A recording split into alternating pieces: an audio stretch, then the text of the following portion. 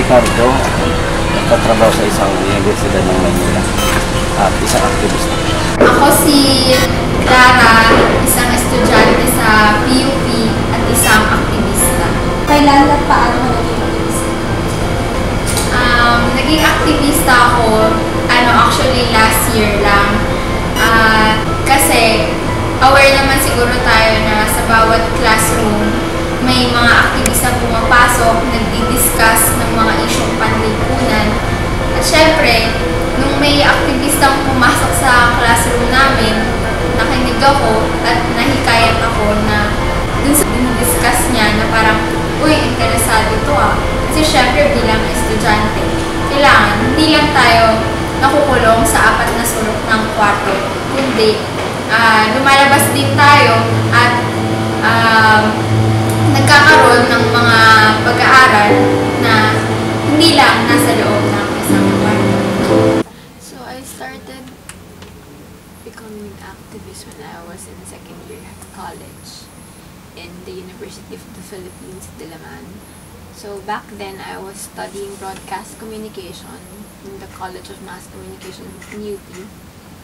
And how did I become an activist? Well, my parents were both activists. They graduated here in PUP. They were the editors-in-chief of The Catalyst when they were in college. So, I really, pinalaki talaga ako ng mga magulang ko sa isang pamumuhay na parang aktivista, hindi masyadong bulgis, walang masyadong wants in life, more like the needs. But I became an activist, like I attended educational discussions and I joined rallies when I was in second year. How, in the College of Mass Communications in UP, we are always taught to be critical.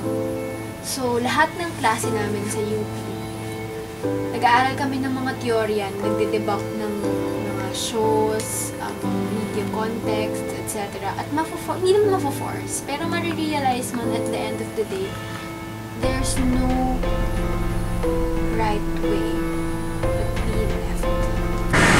Mula nang pumasok isang sistema ng harapan sa kalikasan, na patunayan na walang ibang solusyon kundi pumasok sa isang katapos para kahit paano na mapaglikuran ko yung mga isang gagawa kung paano matutunan ng paglibaka para sa ito dahil kaulan ng kanyang pamilya at sa hindi na sa pamilya sa buong sa pamilya. Anong karanasan mo bilang aktivista ang pinakatumatak sa'yo? Siguro yung pinakatumatak sa akin yung lately lang na karanasan bilang aktivista, yung mga issue tungkol sa mga lumad. Kasi yung mga lumad, sila yung pambansang may minorya, national minority.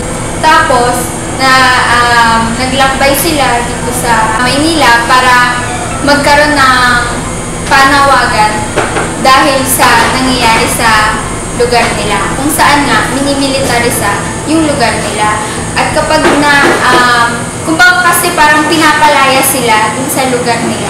Kasi balak gawing minahan, syempre, kumbaga, sinisira yung kalikasan, pinapalayas pa sila. So, saan sila pupunta? Kaya, ayun, parang yung panawagan nila na sana, huwag silang palayasin dun sa tinitirhan nila kasi nandun yung kinabubuhay nila, dun sila nag-aaral, diba?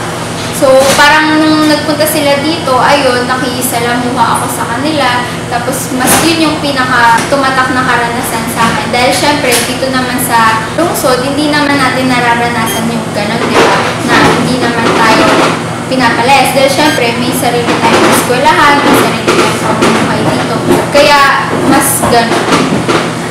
Sa kabila ng ilang negatibong opinion tungkol sa inyo ng mga tao, ano ang nagtutulak sa'yo para magpatuloy sa ginagawa mo yung aktiba? Siyempre, yung tumutulak sa akin na gawin ko yung na magpatuloy lang sa pakikibaka. Siyempre, yung prinsipyo. At siyempre, yung masa. Kasi sa masa lang naman tayo kumukuha ng lakas, di ba? Kumbaga, sa pakikisalamuha sa kanila, sa pagkukuha ng aral base sa mga nararanasan ng mga lipunan. Ang karanasan natin bilang aktivista ng panahon ng martial law na pumasok sila sa isang universidad na pinagtrabahoan namin na halos lahat inuli sa iba pinagbibintangan na isang kaanin na isang persa na galing sa bansa. Sabi na natin sa mga kalong, pero totoo, hindi naman lahat ng aktivista ay pumapasok sa kanila. Ang iba naman talaga sa dilingkod bilang sa paglilingkuran ng mga sama, pero yung manggagawa ay yung trabaho lang. Lahat naman so far tumatak sa akin kasi parang yung pagiging aktivista naman hindi siya momentary. Hindi siya, uy, may nangyari ngayon nakakatibak, or uy, may nangyayari mamaya lang. So yung araw-araw ko na pamumuhay, yun yung kung paano ako nagiging tibak. Pero kung meron man ako isang bagay na pinaka-naaalala, simula na maging aktivista ako, siguro yung sumali ako ng SONA mobilization when I was in third year college. During the Aquino administration, may mga hawak ako ng mga first year college na members ng organization namin. And may nangyaring batuhan, etc. So, I was there to really explain to them and make them understand what's happening, which is really at the most nakakagulat din naman sa akin. So siguro yun yung isa sa mga pinaka-memorable, pero bilang aktivista lahat naman dapat palaging aral sa'yo. Sa kabila po ng ilang negatibong opinion na naririnig nyo tungkol sa inyo, ano po yung patuloy na nagtutulak sa inyo para ipagpatuloy yung ginagawa niyo? Ayun, maganda yung tanong na bakit patuloy na tutulak kung bakit ganito na patuloy tayo. Kasi parang sinasabi nga natin, kahit ilang administrasyon na presidente ng Pilipinas ay nagdaan, at wala pa talaga patutukan ng mga sinasabi na rin ng ilang mga kagawa. Katulad ngayon lang sa bagay ng pagkaponsasyon na sa buong Pilipinas napaka-importante yan na tinatawag na Indo 555 na karamihan natin kahit yung nagtular ng bayan. Dahil sa pag-graduate nila ay wala anong papunta na ng trabaho. Wala. 555 isang 5 buwan pahinga, 5 buwan maghanap at 5 buwan trabaho. So yun ang tutulak sa itong pagpatuloy natin sinasagkaan yung usapin natin para makatulong hindi lang sa amin kundi sa natin.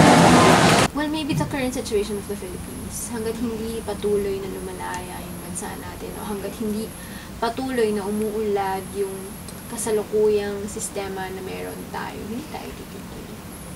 Nagduda na po ba kayo minsan sa mararating ng ginagawa ng Panginoon? Oo, nagdududa ako minsan kung may patutungan ko ba, Char. Pero kasi, gano'n naman yun parang tayo mga kabataan kasi may katangian tayo na kumbaga mainipin. Kumbaga kapag hindi natin napagtagumpayan agad yung isang bagay na gusto natin, kumbaga naiinip tayo na parang nade-demoralize tayo, kumbaga na bakit gano'n, hindi nag-work yung struggle ko. Pero syempre, kahit gano'n, pangangawakan pa rin natin yung prinsipyo natin, yung mga pinaniniwalaan natin. At syempre, ano ba yung nagbibigay lakas sa ating mga aktivista? Diba syempre yung masa na pinagsisilbihan mo at pinagkukuhaan mo ng mga pag-aaral. Kaya kahit gano'n na nagdududa ako minsan, iniisip ko na lang palagi at syempre sa kabila ng lahat, pagtapos ng araw, sa hulit-huli, nakasandig pa rin ako dun sa masa, syempre, na kung saan, kumbaga kasi nai-inspire ako na kumilos lalo dahil sa mga nararanasan nilang kahirapan, sa nararanasan nilang pang-aalipin, pang-aalipusta, tapos sa nararanasan nilang mga hindi dapat nila nararanasan, na dapat binibigay ng gobyerno. Kaya mas doon ako kumukuha ng lakas ng loob sa kanila, kahit nagdududa ako minsan. Kailan naman ang pagkibaka hindi natin pinagdududahan. Kasi sa tingin natin, ay hindi na maintindihan mga mamamayan na ang akala nila aktivista isa na sila. hindi nila naisip kung bakit pumasok ng ganito sa sistema ng tunay na pagbabago ang nilalahok namin at sistema na kagapangarapan na isa nagpapahirap sa ating kalagayan. Hindi naman mawawala kasi yung pagdududa. Hindi naman din mawawala yung... hindi talaga mawawala yung doubts. Siyempre mahihirapan tayo at the end of the day na parang meron pa talagang patutunguhan itong ginagawa natin. Meron pa talagang mangyayari. Pero as long as naman na maa-assure ka na sa mga maliliit mong ginagawa, meron ka naman naaako. At the end of the day, bilang aktivista, hindi ka naman mawawala ng loob. Magdududa ka, yes, pero hindi ka susuko. Gaano kalaki na po yung pagbabagong naiambag niyo sa tingin niyo para sa kapwa niyo at sa lipunan natin? Hindi kasi siya quantifiable. Kasi let's say, ako, nagtuturo ako ngayon. Every time when I attend my class, I always say them three things before I start the semester. Bilang mga alagad ng media, dapat matuto kayo magmulat, maglingkod at makibaka. Hindi mo siya makaquantify unless graduate na tong mga taong to, unless talagang kumbaga na isabuhay na talaga nila yon. Pero kung sa malaki na malaki lang, pakiramdam ko lahat naman ng aktivista may kanya-kanyang sakripisyo at lahat naman may malaki talaga na ito. Siguro sa bilang aktivista, hindi naman malaki na ang paglaban. Hindi lang naman sa isang pamangkasan na pinagawa natin. Pag-isang siyempre kung sa aktivista ay hindi naman nagiging protector ilan, hindi naman nagiging dito sa pinagkakabono at pag-posisyon ng pinagkakabono sa lahat ng kailangan ng tulong o sa bayan. So may pupay natin din sa mga generasyon ng bagong kabataan na hindi mong kailangan talaga pumasok na mag-iwan. Ang kailangan lang mapanood, maglingkod, at dapat magsulit talagang kalagayan. Dapat mag-iisa, dapat hindi na nasa pag sinabi ang aktivista, akala nila masaya. Ang eskwela na tumatas ang vision. Kung walang aktivista dyan, at wala na sistema ng gobyerno, ipatuloy yan. Kaya hindi masama dapat. Sa mga kabataan dapat, sila yung taga-sunod at sila dapat yung hangtugtungan at sila yung sumusunod sa yapak dapat ng mga aktivista sa sunod nila. Huwag silang matakot magtanong. Kasi kapag ini-enclose lang natin yung mga sarili natin sa mga nalalaman natin at hindi natin hinahayaan yung mga sarili natin umunlad, doon tayo lalong aatras. So, huwag silang matakot magtanong at higit sa lahat, mas maging critical sila sa pagtingin sa mga bagay-bagay. Siyempre, buksan nila yung isip nila sa mga nangyayari sa isyong panlipunan. Sabi nga ni Rizal, kabataan, tayo ang pag-asa ng bayan. Hanggat nasa stage pa tayo ng pagiging kabataan, maigi sana, siyempre, na mangialam tayo, na magtanong tayo, na lagi natin iisipin na kung bakit nangyayari itong mga to.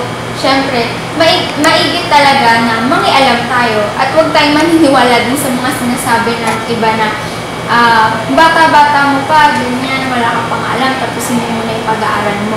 Siyempre, kaakibat ng pagtatapos ng pag-aaral sa akademya, kailangan din nag-aaral tayo ng isyong panlipunan kasi para kanino ba yung pag-aaralan natin sa akademya? Di ba? Para sa bayan naman natin. Kaya hanggat maaari, hanggat kabataan pa rin tayo, sana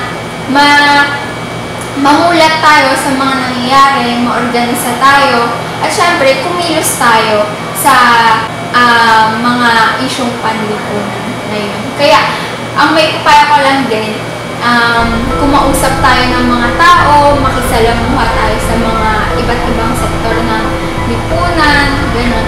At syempre, kung maloob tayo sa isang organisasyon kung saan nagbibigay ng pag-aaral ng diskusyon tungkol sa isyong